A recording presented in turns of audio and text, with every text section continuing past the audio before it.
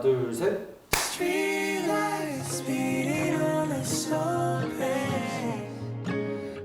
10년 전에 계약을 할 당시에 목표라는 친구가 그때 명환이라는 친구인데요. 그 친구랑 굉장히 많은 노래를 작업해 놓은 상태였어요. 그래서 그거를 낼 수 있다는 약속을 받고 그 회사랑 계약을 했는데 그 당시에 스타쉽에서 처음 나왔던 곡은 그 지워라는 곡인데 어쨌든 그 곡이 저의 음악적 아이덴티티랑은 다소 거리가 있는 노래였다고 생각이 드는데 좀 많이 어긋났던 것 같아요. 그러니까 회사랑 커뮤니케이션이 잘 원활하게 되지 않다 보니까 뭐 이건 이래서 싫었고 이게 약간 좀 더 반항적으로 변했던 것 같아요. 그러다 보니까 얘는 어차피 안 하는 애 라고 생각하실 수도 있을 거예요.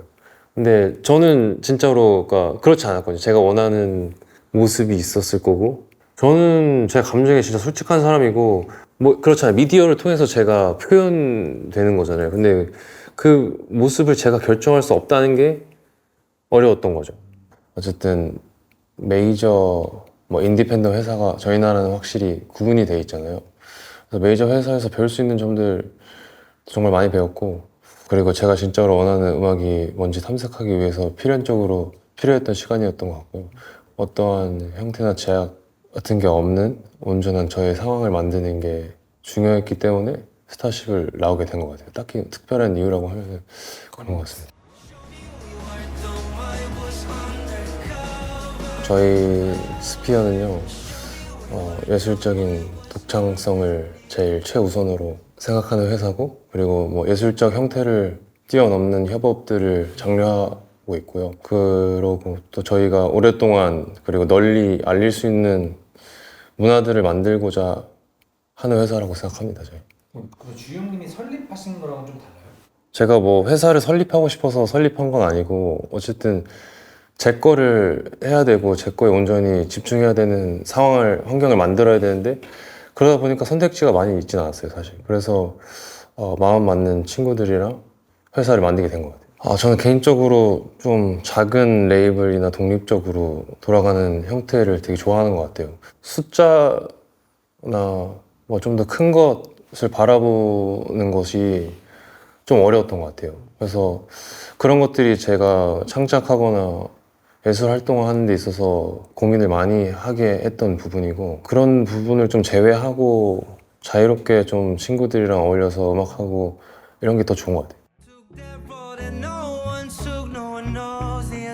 중요하게 생각했던 거는 제가 살면서 느끼고 생각했던 것들을 음악으로 표현하는 게 저한테는 너무 중요했고 그 메시지를 대중들한테 전달하는 게 가수가 하는 일이라고 저는 생각을 하거든요. 다들 어떻게 해석하실지는 모르겠지만 그냥 제가 생각했을 때 아티스트가 삶과 죽음에 대해서 고민하지 않는다면 예술을 하고 있나라는 생각이 그 시점에 진짜 많이 들었던 것 같아요.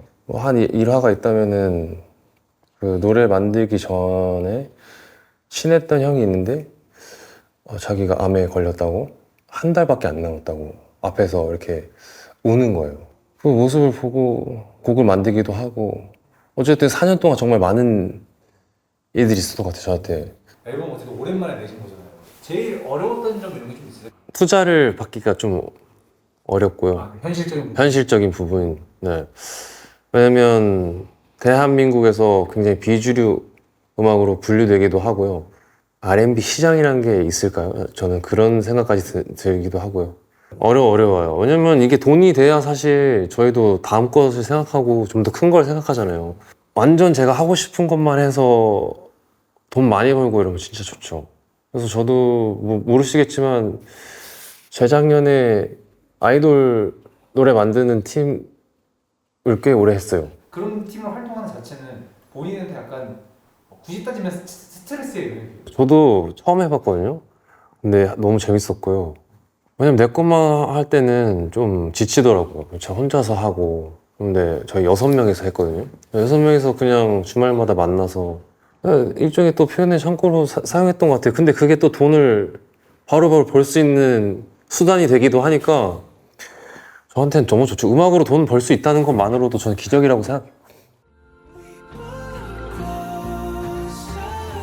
프랭크 오션 같고 다니엘 시저 같다는 말은 굉장히 좋게 들리고 사실 우리나라의 이런 장르의 음악을 하는 사람이 많이 없기 때문에 좀 그렇게 국한되게 좀 바라보시는 게 아닌가 싶기도 하고요. 해외로 본다면 정말 그런 류의 음악을 하는 아티스트들이 너무 많잖아요, 지금. 그렇게 저를 굳이 분류하고 싶으시다면 저는 그 피드백에 대해서는 나쁘게 생각하지 않은 것 같아요. 개인적인 생각으로는 R&B라는 장르가 락이나 아니면 재즈나 이런 거에 비해서 장르적으로 좀 구분짓기 어렵다고 생각하거든요. 형태나 뭐 제약적인 부분이 좀 있다고 생각해요. 뭐 예를 들면 발라드랑 R&B를 구분짓기 좀 어려워하시는 경향도 좀 있는 것 같아요, 저는. 그런데 이제 거길 넘어서서 뭐 얼터너티브 R&B 뭐 거기까지 가는 게 진짜 어려운 것 같아요. 그래서 그런 문화를 조금 만들고 보여주고 하다 보면 조금 익숙해지지 않을까 싶거든요. 그래서 제가 그런 걸 좀 많이 하고 싶고 취향이란 게 확고해지고 있는 시점이라고 생각하거든요. 그래서 아마도 저희 나라도 다채로워지지 않을까라는 생각이 좀 들어요, 저는.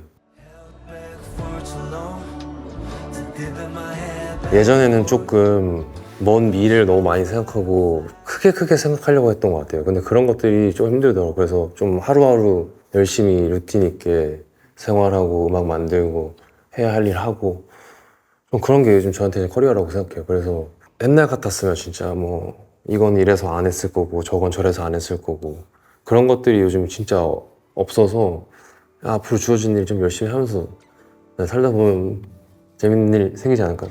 저 우선은 3월 23일에 성수동 레이어 41이라는 곳에서 공연을 하게 됐거든요. 이게 맞닿아야 좀 팬이 된다고 생각하거든요. 지금 뭔가 형태 없고 온라인으로서 이렇게 주고받는 그런 소통 방식이 저는 좀 어렵기도 하고 그래서 공연을 좀 많이 하고 싶어요.